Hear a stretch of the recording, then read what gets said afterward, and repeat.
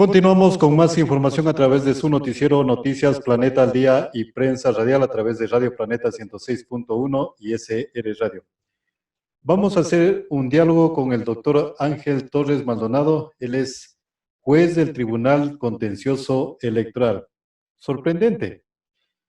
Por primera vez, creo en la historia y dentro del ejercicio profesional del periodismo, he observado que una autoridad del organismo electoral, como es el Tribunal Contencioso Electoral, pide a la UAFE, a la Fiscalía, de que se le investigue sus cuentas bancarias. ¿Por qué, doctor Ángel Maldonado, esta decisión usted la adoptó para que la UAFE lo investigue a usted? Bienvenido. Muchas gracias, Lyndon. En los días anteriores ha circulado en redes sociales alguna afirmación inexacta en el sentido de dejar entrever que pude haber actuado de manera indebida, porque se dice que cuando sean gobierno pedirán o dispondrán que la UAFE me investigue mis cuentas y que encontrarán sorpresas. Seguramente la única sorpresa que pueden encontrar son mis deudas, que son considerables. Entonces, no tengo ningún afán de generar polémica, de confrontar con nadie, pero creo que es mi derecho acreditar ante la sociedad de mi comportamiento ético y moralmente aceptable. Es en esa virtud que acudí a la UAFE para pedirle que realice un análisis de mi situación económica y financiera, pero también de las cuentas de mi cónyuge y de mis hijos, para que no quede duda alguna. A la Contraloría General del Estado le he pedido que haga una investigación respecto de mi patrimonio. Y finalmente, por si acaso a alguien se le ocurra pensar que la plata no está en las cuentas corrientes ni he adquirido bienes, sino que está escondido en alguna parte, perdón por decirlo de este modo, le he pedido a la Fiscal General del Estado que autorice, se me permita someterme voluntariamente a la prueba del polígrafo con el propósito de acreditar tres cosas. En primer lugar, que gané el concurso de méritos y de oposición para ser juez sin ningún tipo de palanqueo, sin la intervención de nadie, sino absolutamente por mis méritos y mis valores. En segundo lugar, porque también se pretende vincularme con el líder y los dirigentes del movimiento Creo, también para efectos de acreditar que no he recibido ni llamadas, ni siquiera me han llamado para saludarme, peor todavía para otras cosas, ni he mantenido reuniones ni con el señor Lasso, ni con ningún dirigente o alguien del movimiento Creo que me hubieran pedido para que les favorezca a ellos o que le perjudique a alguien. Es decir, ellos han actuado como creo que cualquier persona decente tiene que hacerlo, sabiendo que los jueces tenemos que resolver conforme a derecho y no aprovechando condiciones de amistad, ni mucho menos. Tampoco es que yo tenga amistad con el señor Lasso, por cierto. Diré que alguna ocasión que, como todo el mundo sabe, soy profesor en la UDLA, antes de ser juez, él fue invitado a alguna conferencia a la que yo asistí y la verdad es que no me reconoció, no sabe quién soy. Quizá ahora que soy juez sepa de mi nombre, pero no creo que él en realidad me identifique. Y en tercer lugar, para efectos de acreditar que el partido Adelante Ecuatoriano Adelante no me ha ofrecido ningún soborno ni cosa por el estilo, y también de paso que no he aceptado sobornos de ninguna organización política, ni de ningún candidato, ni de nadie, por manera que he actuado siempre conforme al derecho y de acuerdo, por supuesto, a la concepción jurídica que yo profeso.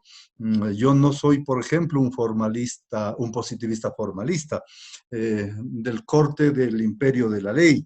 La ley es la ley y punto, y hay que aplicarla sin más ni menos. Yo no soy partidario de esa concepción y eso incluso lo desarrollo en el libro La crisis del derecho. Mi aporte es precisamente sobre las concepciones formalistas y antiformalistas del derecho en el marco del Estado constitucional de derechos y de justicia.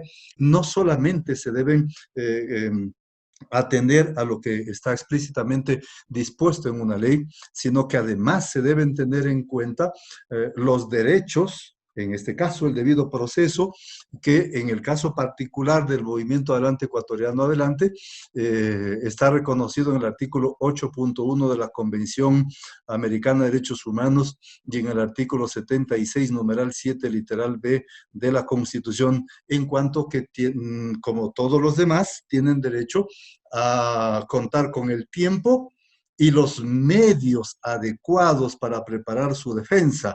Así dice tanto la Convención Americana cuanto la Constitución. Por tanto, en el caso del movimiento del Partido Ecuatoriano Adelante, yo llego a la conclusión de que efectivamente incurren en las causales previstas en el artículo 327 del Código de la Democracia.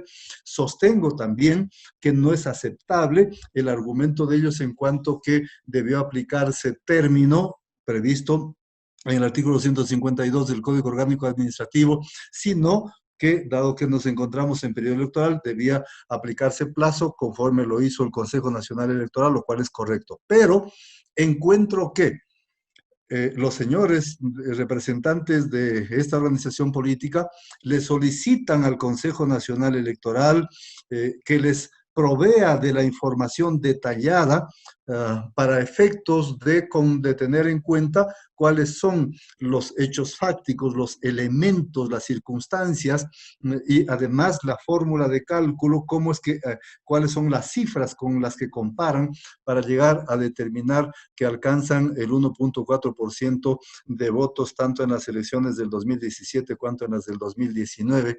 El Consejo Nacional Electoral les responde en el sentido de que oportunamente les ha sido notificado los resultados electorales, que además es una información de acceso público. Sin embargo, eso constitucionalmente y convencionalmente no es suficiente. Es decir, cuando se acusa de algo a una persona, a una institución, a una organización, como en este caso, se le debe proveer de todos los elementos necesarios para que conozcan perfectamente bien de qué es lo que tienen que defenderse, y eso es lo que no se hace. En esa virtud, además, la consecuencia lógica de aquello es la falta de motivación, y de acuerdo con el mismo artículo 76, numeral 7, literal L, la falta de motivación conlleva necesariamente a la nulidad del acto administrativo o jurisdiccional que es objeto de la impugnación.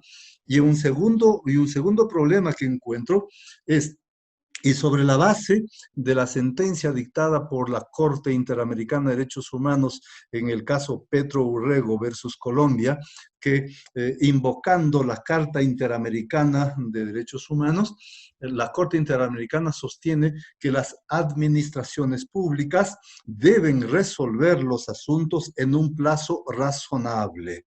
En este caso, desde el 24 de marzo del 2019, que fueron las elecciones locales, hasta el 30 de julio, en que el Consejo Nacional expide la resolución, transcurren cerca de 17 meses.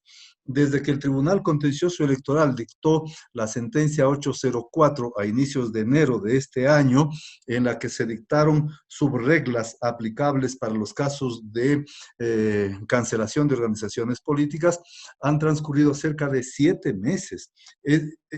Pero la cuestión es, ese rato mismo ya precluyó el tiempo para las elecciones internas en las organizaciones políticas y aún no se sabe si esta organización puede o no puede hacer la elección interna de sus posibles candidatos. Y entonces tomo en cuenta otro elemento jurídico. El artículo 314 y 328 del Código de la Democracia prescriben que para que una organización política esté habilitada para presentar candidatos en elecciones, su inscripción debe hacerse hasta antes de los 90 días anteriores a la convocatoria a elecciones. Entonces, aplicando aplicando las reglas de, la teoría de las reglas implícitas, yo llego a la conclusión de que así como se requieren 90 días anteriores para la inscripción de candidaturas, también debería aplicarse como plazo razonable ese mismo periodo de tiempo para la cancelación de organizaciones políticas y de ese modo evitar la inseguridad jurídica, esa falta de certeza en relación al ejercicio de los derechos políticos de esta organización. Entonces, por esa virtud es que en primer momento declaro la nulidad por las razones que he señalado y en un segundo momento determino como medidas de reparación integral que el último inciso del artículo 70 del Código de la Democracia me obliga a hacerlo, lo cual es en teoría que es ampliamente conocida en el mundo del derecho internacional y nacional, y dispongo dos cosas. De un lado, que el Consejo Nacional Electoral dicte las medidas administrativas necesarias para permitir que esta organización política ejerza el derecho político a seleccionar a sus posibles candidatos y como una medida de no repetición, dispongo que el Consejo Nacional Electoral incorpore en el reglamento de cancelación de organizaciones políticas una disposición por la cual la cancelación de las organizaciones políticas deba resolverse con al menos 90 días antes de la convocatoria de elecciones. Esto para casos futuros. Para este, evidentemente, ya no opera, pero por eso es una medida de no repetición para que en el futuro no vuelva a ocurrir algo similar. Doctor, la explicación que usted la está profundizando actuó de acuerdo al debido proceso, cuando hablamos en materia jurídica. Actuó en debido proceso aplicando lo que dice el Código de la Democracia. Entonces, señor doctor, ¿quién está fallando en este momento? ¿El Consejo Nacional Electoral que no desconoce o no quiere acatar esta sentencia del Tribunal Contencioso Electoral? ¿Y cuáles podrían ser las causales para ello, señor doctor? Bueno, el partido político solicitó una ampliación y aclaración.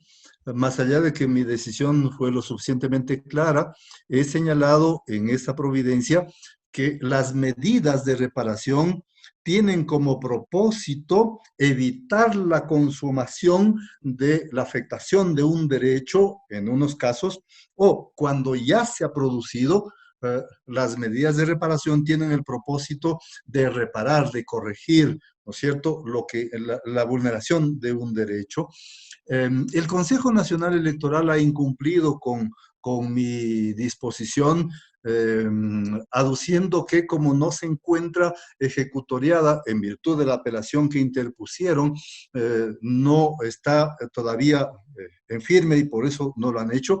El problema aquí es que ya precluyó el periodo de tiempo que estuvo fijado para efectos de de las elecciones internas. Yo notifiqué el día jueves y el domingo ya precluía el tiempo por esa razón es que precisamente dicté esta medida de reparación.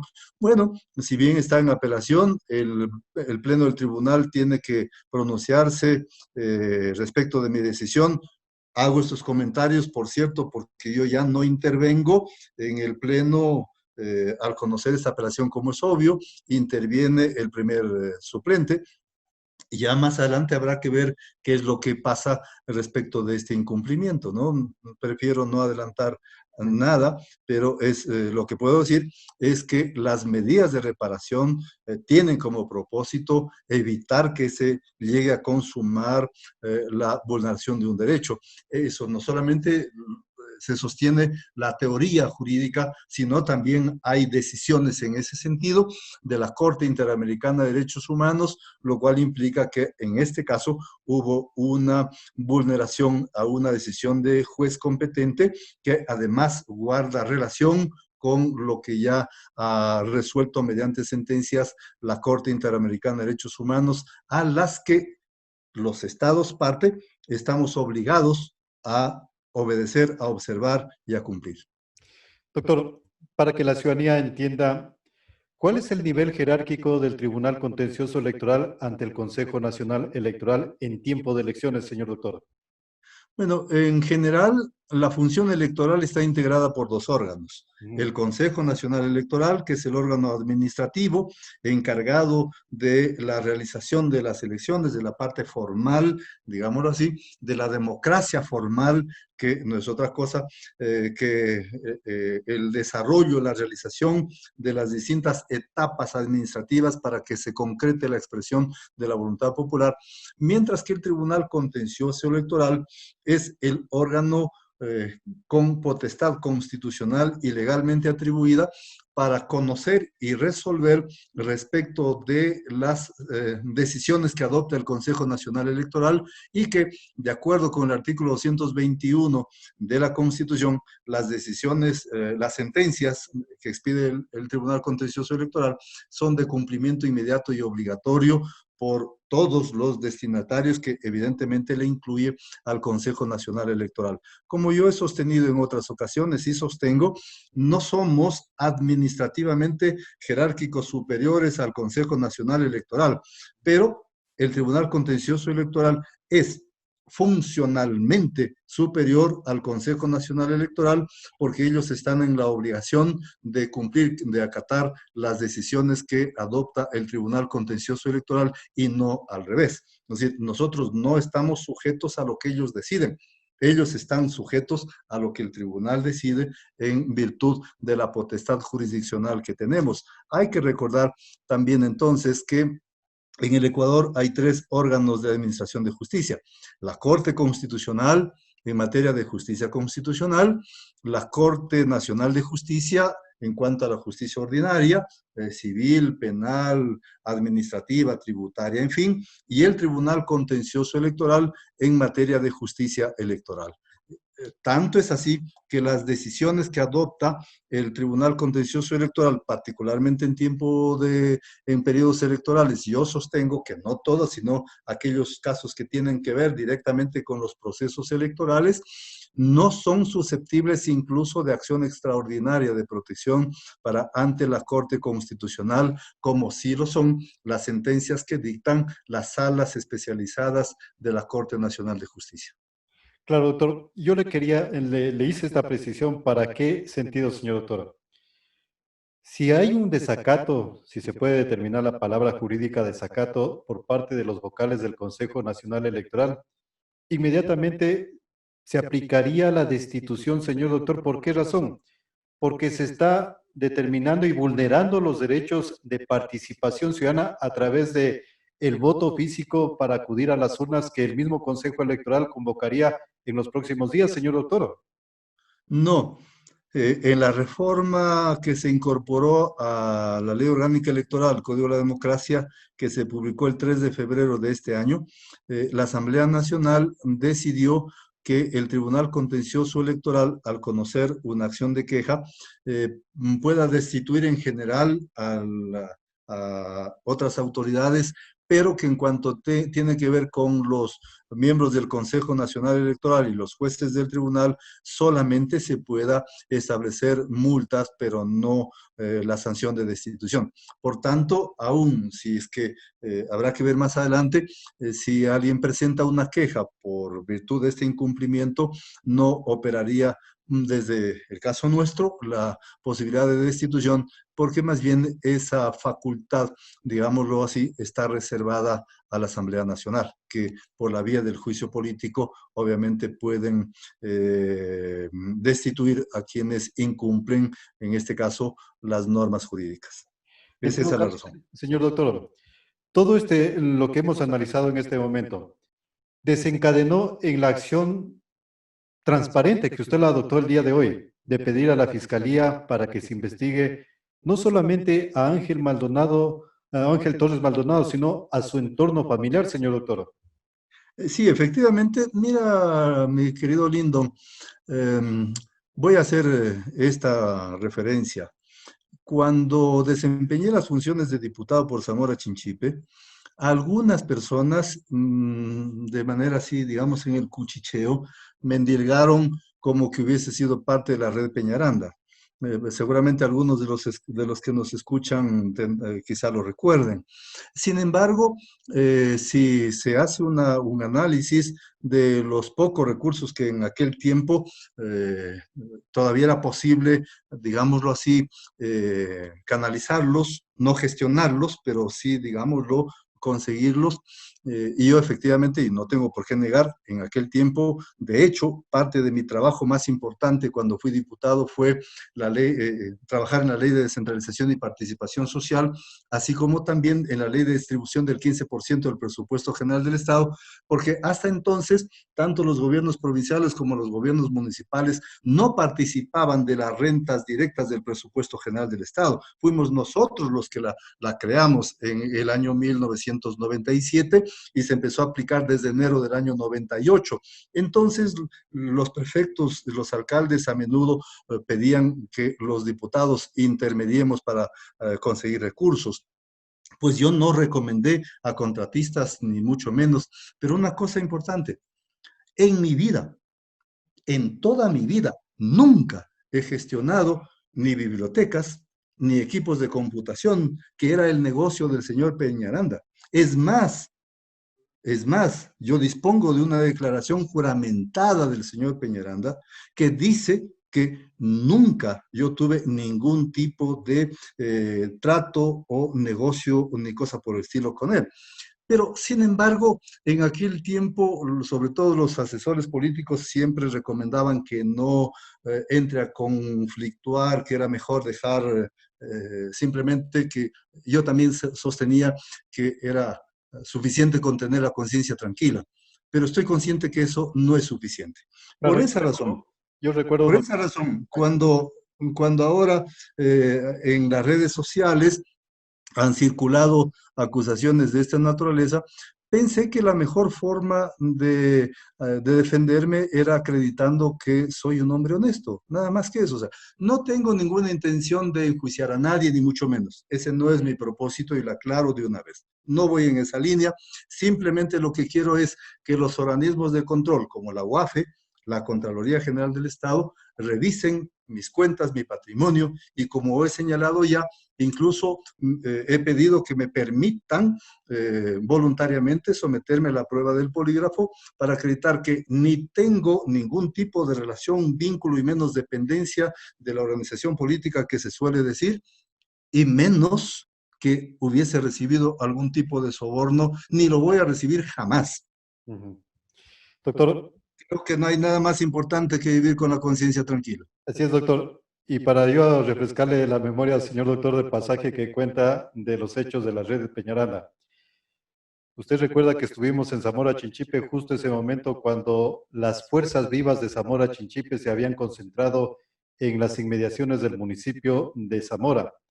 Y ya en mitad de camino lo encontramos a usted y nos regresamos a la reunión, porque en ese momento yo era corresponsal de Diario El Universo y teníamos que hacer la información de cómo iba a ser la defensa de Ángel Torres Maldonado ante la comunidad de Zamora Chinchipe.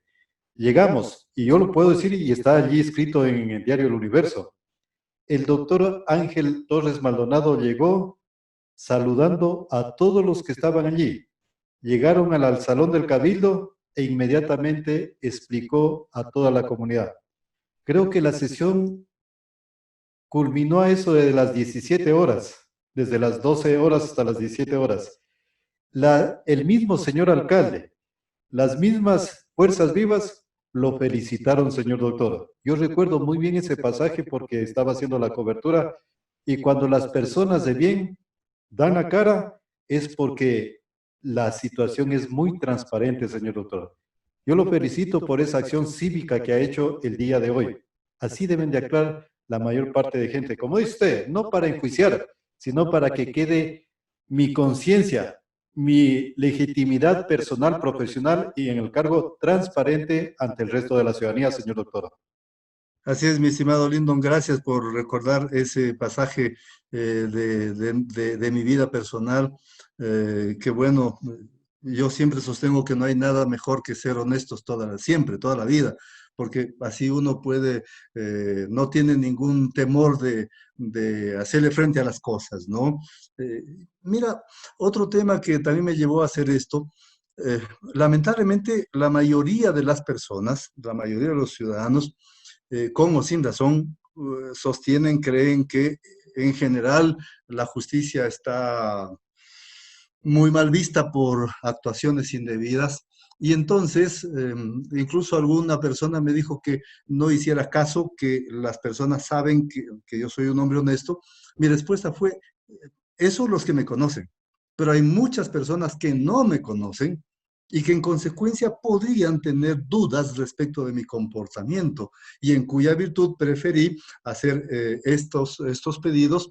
Yo, obviamente, absolutamente consciente de mis actividades, de lo que he hecho, con la certeza absoluta de que los resultados obviamente no pueden reflejar otra cosa que no sea la realidad.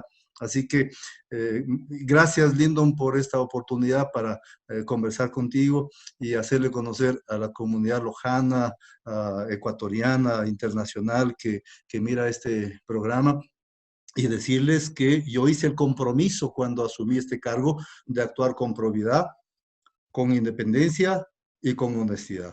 Y no voy a fallar ni a mi familia, ni a los amigos, ni a los paisanos, ni a mí mismo, ni a nadie. Reitero mi felicitación, señor doctor, y le agradezco por esta deferencia en conceder esta entrevista. Muy amable, señor doctor. Gracias a ti, Lyndon, y un abrazo para todos. Ha sido el doctor Ángel Torres Maldonado, juez del Tribunal Contencioso Electoral, aquí en su noticiero Prensa Radial y Noticias Planeta al Día. Vamos a una pausa comercial y regresamos con más información.